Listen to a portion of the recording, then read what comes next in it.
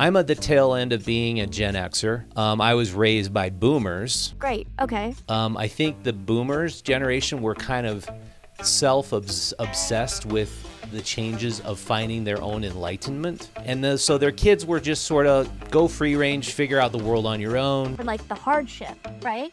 When you communicate with fellow Gen Xers, you kind of can easily get on the same wavelength. The silent killer. But then when you talk to Gen Zs, it's very different. Asymptomatic Tourette's. What? And I'm probably going to get in trouble for saying this. I think kids who have ADD and ADHD, I think that's the norm. I think every kid has ADD and ADHD. And that's a disease of not going outside and playing enough. I'm so sorry. It's okay. You can't blame people for making really huge mistakes when they haven't learned that again. I think that's the disease of not riding your bike and exercising your body enough. And so you get so antsy. If you were to ask me what I thought of it even 6 months ago, I think I would have landed in your camp, which is, I don't know, is ADHD really a diagnosable disease and is it impacting my kids? I think I've shifted. My oldest is preparing for college, senior in high school. And, I think that part of the language that they're speaking is a language that I've had to learn. Mm-hmm. And I only think that I started to get semi-fluent in it, call it 6 months ago. So it sounds like you're halfway there and you're taking an opportunity to be educated, which is honorable. And she was diagnosed with ADHD. And me just understanding that shifted my understanding of her language. We care a lot about what you think and what you feel. What are you going through, Kayla? Part of happiness is sadness. It is harder because people have actually no idea the battle that people like Kayla are fighting inside every day. I want to teach them that feeling sad is okay. And it's actually a part of feeling happy. bored is okay. Yeah, it's feeling great. sad. Yeah. Feeling like uneasy. And I It's actually super triggering for me think those are natural feelings that with everything I'm going through. you got to kind of embrace. It's only self-diagnosable. I see. We are going to have a show coming up where we're going to show a viral clip we posted a couple of weeks ago that goes into asking the question, can Gen Xers understand Gen Zs? And the reason why I find this topic quite interesting is because I don't have a Gen Z. I have a Gen Alpha, an 8-year-old, and the way she communicates as she's been in public school more and more, I find very interesting and very different, so different than the way I was raised. I mean, she wants to talk about her feelings a lot. I never talked about my feelings. My parents could care less about my feelings. She wants to talk about a lot of detail about what happened during the day. I think that's awesome. I actually want to hear the details of what happened. My parents could care less about what happened during the middle of my day. We didn't have like these in-depth conversations and discussions. And then she's trained to learn more about her feelings from a chart that they have to examine whether she's angry or sad or upset or embarrassed, and they're trying to help kids identify their feelings on charts. And that is also so foreign to me. And I'm at the tail end of being a Gen Xer. I was raised by boomers, baby boomers, and I learned more about the boomer generation by reading a really interesting book called The Fourth Turning, which examines the generations and the changes in generations and the big societal changes that make the generations the way they are. I don't plan on getting into total depth about that big, huge topic. But the boomer generation is interesting because that was like the fourth great awakening. If you look and examine the 1960s, that was when people were looking at the world in a much different way than their parents looked at the world. And when you had the hippies come out and you had the psychedelic revolution and you had this change of consciousness. And if you look at the way music changed from the beginning of the 60s to the end of the 60s, like the beginning of the Beatles, I think their first album was "We Are the Beatles," and then you look at like the end of that generation, where I think their last albums were Sgt. Pepper's Revolver, Abbey Road. I mean, just the music change was so dramatic, and the societal change was so dramatic. I think the boomers generation were kind of self-obsessed with the changes of finding their own enlightenment, and that's common among boomers. And so their kids were just sort of go free range, figure out the world on your own. You get hurt, get back up, wash it out on your own. Latchkey kids was a common phrase used with my generation. And I think it's like when you communicate with fellow Gen Xers, you kind of can easily get on the same wavelength because you kind of had that similar way of examining the world through your parents' eyes and the way you were raised and a lot of independence.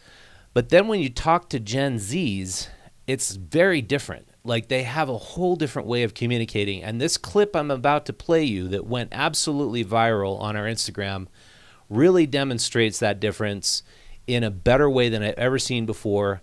So I'm going to play that clip for you now, and I think you're going to like it. Mr. Marquez, I'm sorry to interrupt class, but it's actually super triggering for me to be reading a book about a disease right now with everything I'm going through. Because of everything you're going through? What are you going through, Kayla? The rest of the class sort of already knows about this, but recently I was successfully diagnosed with something called... You're doing great, Kayla. It's okay. Be present with your illness, okay? asymptomatic Tourette's. What? So what Tourette syndrome is, No, right? I know what Tourette syndrome is. Oh, great. Okay. So it sounds like you're halfway there and you're taking an opportunity to be educated, which is honorable. Thank you. So asymptomatic Tourette's, right? It's like Tourette syndrome with the tics and like the hardship, right? But without any symptoms. So in its way, AT is harder because... What is AT? Oh, asymptomatic Tourette's. Okay. Uh-huh. It is harder because people have actually no idea the battle that people like Kayla are fighting inside every day. It's a silent killer. And someone actually diagnosed you It's with disrespectful to ask that. I'm so sorry. It's okay. You can't blame people for making really huge mistakes when they haven't learned the etiquette. It's only self-diagnosable. I see. I'll see what's going on. Mr. Marquez, I'm sorry. Okay. Sorry that it wasn't centered and you couldn't see it very well, but if you get to hear it, you got the gist of it. Kayla was successfully diagnosed with asymptomatic Tourette's. I looked it up. That's an actual thing. And apparently, a lot of kids I found who are, and this isn't all of them. I found from our comments, we have over 600 comments on this, so check it out on Instagram when you get a chance to read the comments. I want to read a few of them if I can pull those up. But a lot of people say their kids are not like this at all. But I think where it happens is with kids who were raised on the belief that psychology provides all the answers for your problems. And I think psychological diagnoses, I don't take them very seriously, but apparently a lot of kids and parents do. I think, and I'm probably in the minority, and I'm probably going to get in trouble for saying this, I think kids who have ADD and ADHD, I think that's the norm. I think every kid has ADD and ADHD, and that's a disease of not going outside and playing enough. I think that's the disease of not riding your bike and exercising your body enough, and so you get so antsy that you just need to find a way to find an outlet. And with me today is Scott Brown. Thank you so much, Scott, coming with me, coming on the program. Happy to be here. Yeah, and you're actually, scheduled for a follow-up episode we're doing, but you've got 4 kids, is that right? 4 kids, 4 girls. 4 girls, wow. Yeah. So you have girls that are entering college or that have entered college. Can you identify with this clip at all? I can for sure, and I can identify with your reaction to it, which is that kind of if you were to ask me what I thought of it even 6 months ago, I think I would have landed in your camp, which is, I don't know, is ADHD really a diagnosable disease and is impacting my kids? I think I've shifted. And so you mentioned my oldest. My oldest is preparing for college, senior in high school. And, I think that part of the language that they're speaking is a language that I've had to learn. I speak Russian. I learned Russian. And I remember when I was learning Russian for the first time, nothing made any sense to me. It was a continuous stream of nonsense. And it was really over the course of time, there's these little sound sweeps within any language that you start to hear as you hear it over and over again. And your brain is able to parse out those sweeps as it gets used to it. And so over the course of weeks and months, I start to hear the little sweeps in Russian, and I can start to understand the language bit by bit. And I think over the course of the 18 years with my daughter, I've had to learn her language. And I only think that I started to get semi-fluent in it, call it 6 months ago, where I finally am like, I get what you're trying to say to me. And one of the things was that she was trying to say something is not quite right in my brain. And we finally listened, and we finally got her into some doctors, and she was diagnosed with ADHD. And me just understanding that shifted my understanding of her language. Yeah. As I started to read about it, it shifted. And, I've got points of comparison with 3 other daughters that have been very different. And so it's not to me just a product of their environment. They've all been raised in very similar environments. She is different in a unique way. And I saw it as a problem, and now I probably less so. I can understand her language. Yeah, and it's interesting you put it that way, because I like our little girl. We spend a lot of time with her, but the more time she spends at school, the more her language changes and adapts to what she's learning there. And you're right, they come back and they're speaking different ways, and they're talking about the feelings, and they're talking about the feeling chart, and I'm trying to get in touch with the feelings. And then she doesn't like it at all when I get angry. And I get angry. I mean, every parent kind of, I think, loses their shit once in a while. And I'm like, okay, then I wouldn't get angry if you didn't misbehave and do the things that are wrong. Yep. And she, but you're really, really angry, Dad. I mean, you really gotta. And I'm like, all right, so I'm not supposed to get angry. I got it, whatever. But it's like I was raised by a dad who would just lay down the law. It was very cut and dry. You didn't cross the line. There was no wiggle room there. And I mean, and it's just like, I guess because of technology, the way kids are raised today on their devices, and I just do not want to have my little girl get on social media at all, period. But I guess social media and just being exposed to like a different world than what we were raised in, it is like we have a different language we got to learn, right? Yeah, It's there's this sort of pendulum swing that happens from generation to generation. I think about the way my parents raised me. My mom's most common refrain is, well, at least you're not in Iraq.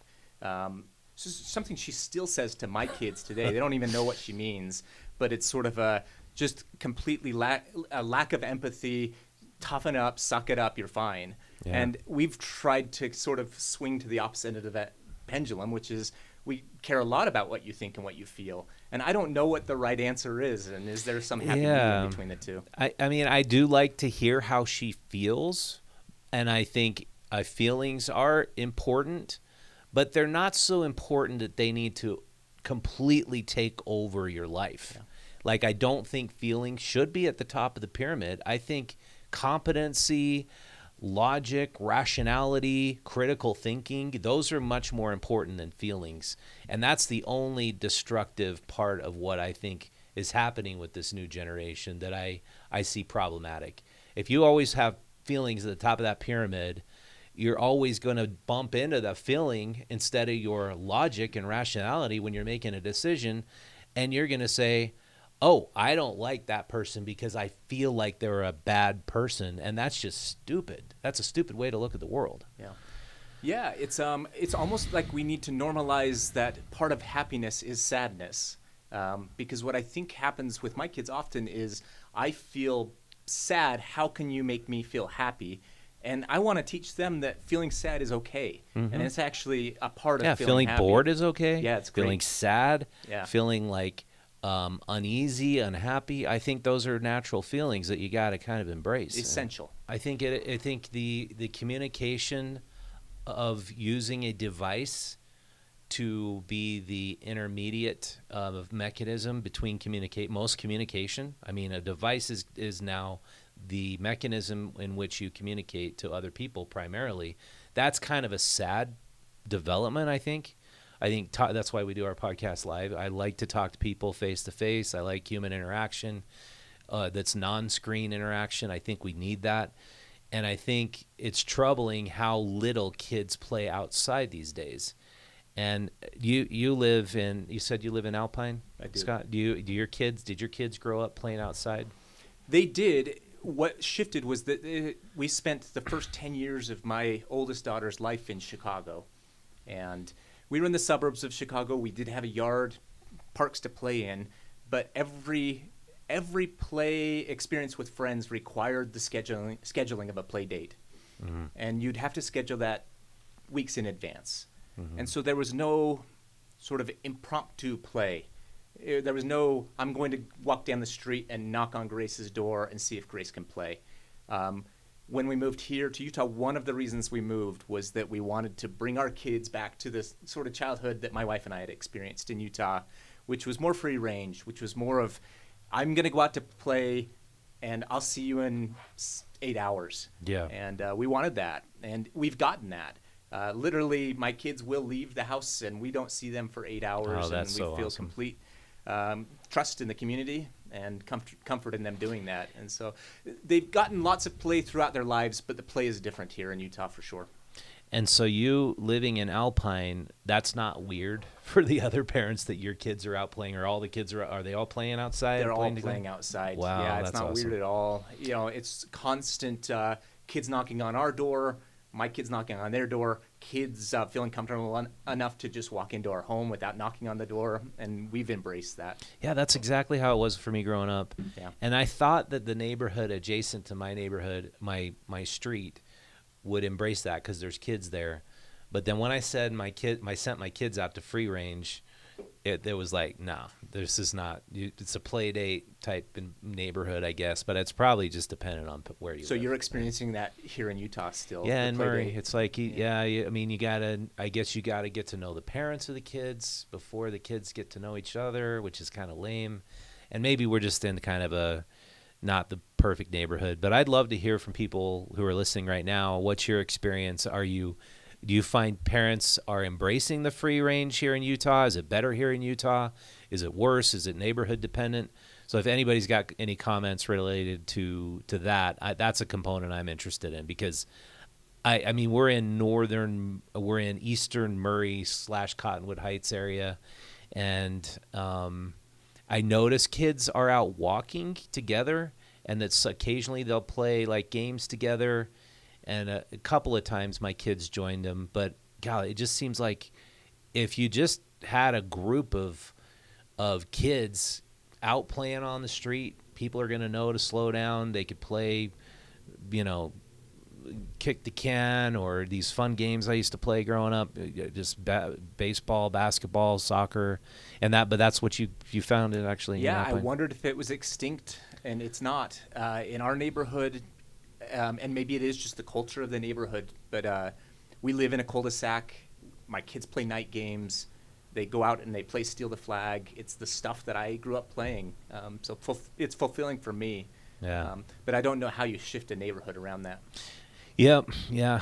Well, I find it interesting, and I find that I find it a little troubling, honestly, that popular psychology and diagnoses are sometimes very useful. I think especially if your kid's definitely got autism, if that is then understood, great.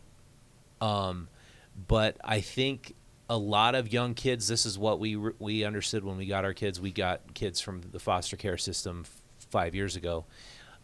They were all diagnosed with ADD, ADHD. They were all being medicated, even the 4-year-old.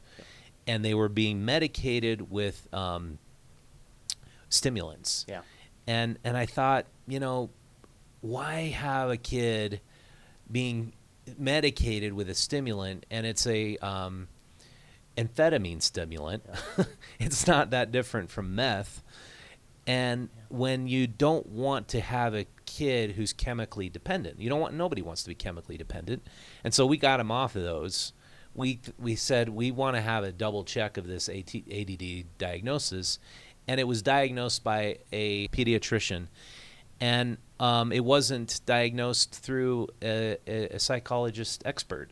And so they said, no, he's not ADD, ADHD. He doesn't need that. He doesn't need those meds. We're going to take him off, and he was just fine. It was just the same as he was before, just tons of energy. Yeah. But I'd like to hear from you. We're going to be posting this on YouTube, so everybody watching this on the live stream, check it out at YouTube. We'd love to hear your comments. This clip has received 625 comments, almost 1 million views that we have here on Instagram, and it's been shared 23,000 times. It's crazy. So this is kind of what we want to do on this channel: facilitate good conversation, talk about important issues that affect the quality of life here in Utah and the West. And I thank you so much for watching. Again, this is brought to you by Utah Stories. This is our magazine. Our beer issue is about to come out. I was supposed to be here today, but because of the storm, it's held up in Fruita, Colorado. But this is our beer issues over the years. It's a really fun beer/Moab issue. It's going to be hitting the stands tomorrow. You can pick it up in downtown Salt Lake City, or you can subscribe to the magazine for $3 a month, or become a member for $5 a month.